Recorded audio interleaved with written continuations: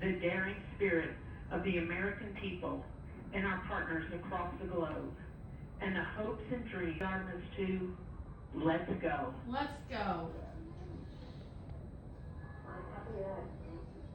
And NTD Launch Director. Go ahead, Launch Director. CDR, NTD. Go. Your visors and initiate short purge for your EPROC. Godspeed, Artemis 2. The launch is a go. And with those words, we just heard the entire team behind this mission. They've checked off every box. Anytime there was even farther down the appearance of an issue, it's been resolved. And what is next is a countdown of 10 minutes and then launch. Do people know what full send The means? beach will be back open in 5 minutes. She knows what it means. You gotta send it. What? You The gotta beach will be go. back to normal. You know, it is really quite something to behold, and we've not even seen a launch yet. It's true. It's You have true. done so well, Grasshopper.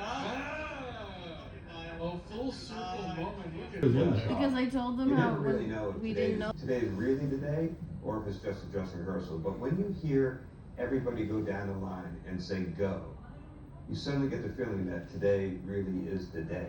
And that gave me goosebumps all over today, just hearing it just now, remembering what that felt like when I was sitting in there ready to go. It's a very special moment.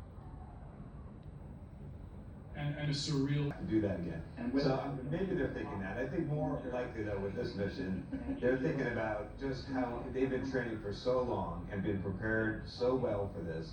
Now that they're thinking this is really going to happen, and they just be really psyched out. You also know, analytically, this is not the safest way. And I'm sorry. Go ahead. Garrett, I just wanted to point out the terminal countdown has begun, and we are now 9 minutes and 49 seconds away from a historic. It's got to be one of the most breathtaking moments of anticipation for the folks that are sitting inside that Orion capsule right now. Is there anything that they're doing right now, or are they just kind of strapped in and The getting timing. ready for -9. the wildest ride of their lives?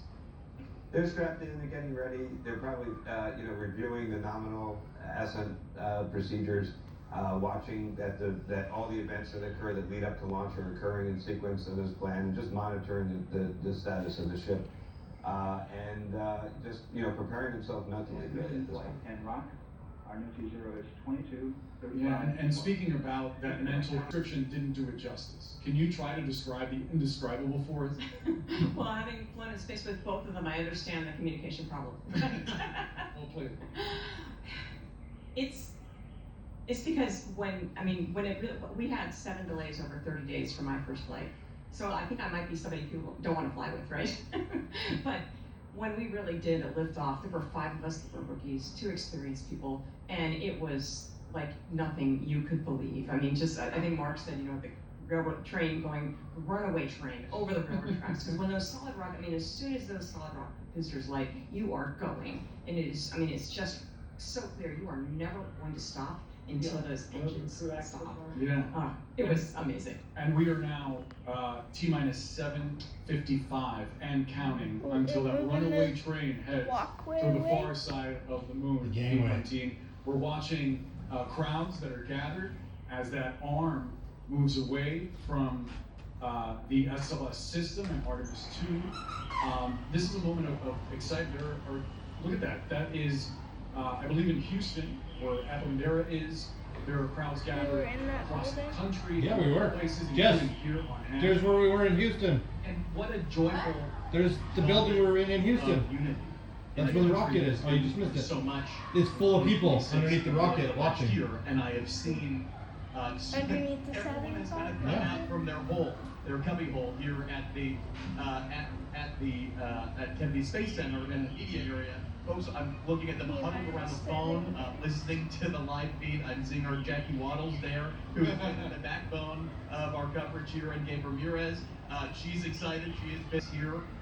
The physical sensation of 8.8 million pounds of thrust as this 10-day voyage to the moon begins.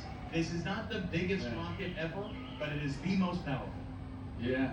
Hey, Miles, talk to us about the Axis arm as it moves away. what are we watching? What is happening right now? Not only inside the capsule itself, but also with the system, with the entire system. Well, if you think about it right now, with that crew access arm away and the closeout crew gone, something does happen on the pad. There's a whole scenario where that arm will swing quickly back into place, and the crew has a procedure to get out of blow the hatch quickly, get out, and get onto what amounts to a glorified slide wire, which goes up to about 55 or 60 miles an hour down into an area where a bunker is. Katie, I don't know, I think one astronaut did it once to No. prove it could be done. We do everything. We practice all of that, even climbing into the basket, except actually chopping the rope and getting. I think Charlie Bolden. Charlie Bolden was the one astronaut who did it. Dangerous for astronauts to do, So- but it's less dangerous than being on the rocket there. I mean, I think there's also so many people around here. I mean, this launch has gathered. I mean, how many people are responsible for this rocket going to the moon? Hundreds of thousands. Yeah. Yeah. And they're all watching this today. And we're now We're sort of lifted up by the team in a way, if you think It's about it, true. right? We're now about 4.5 minutes away from launch as the clock continues to wind down toward liftoff here at Kennedy Space Center. Garrett, if you're still with us, talk to us about the intensity of what these astronauts are about to endure. You've heard Katie's description of liftoff. What was it like for you? Yeah, similarly, it's, you know, it shakes a lot, it makes a lot of noise. And the thing is that the thing that's really unusual are the G-forces. So you get pushed down into your seat, it feels like, people say that it feels like there's like an elephant sitting on your chest. I don't know if that might be a bit of an exaggeration, but you do feel those G-forces, and those are unusual because the noise, the vibration is kind of like flying a high-performance jet, but the G-forces in a jet only last for a few seconds, and here they go on for minutes.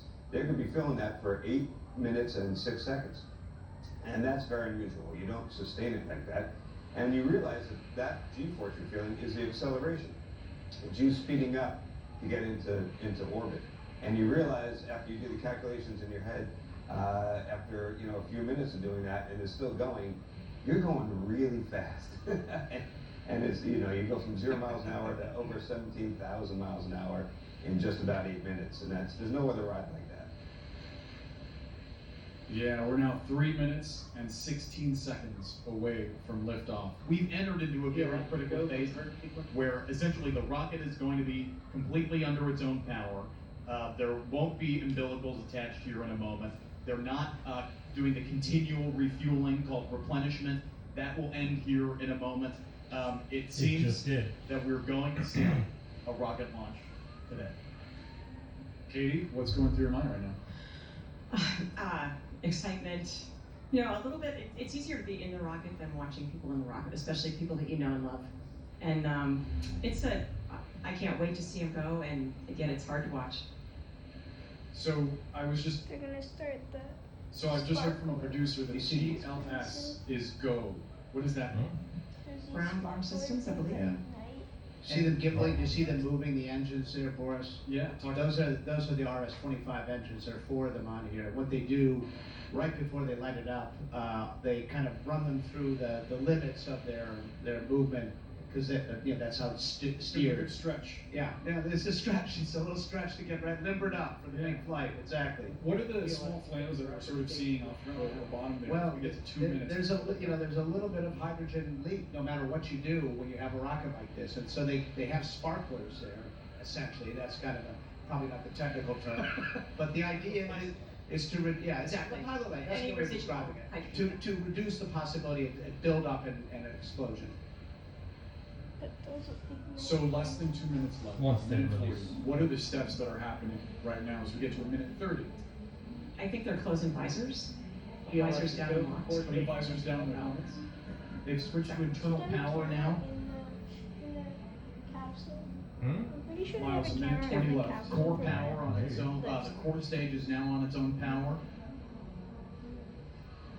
And we're just about a minute away now, Miles. Well, and from liftoff. we're getting to the point too where the computers are in charge. Within 30 seconds, human beings can't make the decisions quickly enough. So if anything stops or aborts at this point, it would be done by the onboard computer system of the SLS. And we were watching the SLS system, the base of this Alright. massive, powerful rocket. Now, so it's gone to the autonomous sequencer now. The rocket is in charge now. As we get to about 40 seconds, let's listen in to what will be a historic launch. 36 seconds. Sheila, go And very shorten loud. your record. Still up. 25. 20. Oh, no. I made the countdown go away. 15. There's the engine Ten. start. GLS is go Nine. for 4 stages in 8, 7, 7, 6, 5, 4, 3, 2, 1. Lift off. lift off.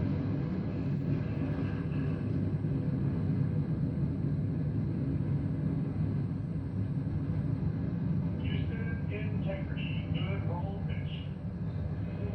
Roger, roll pitch.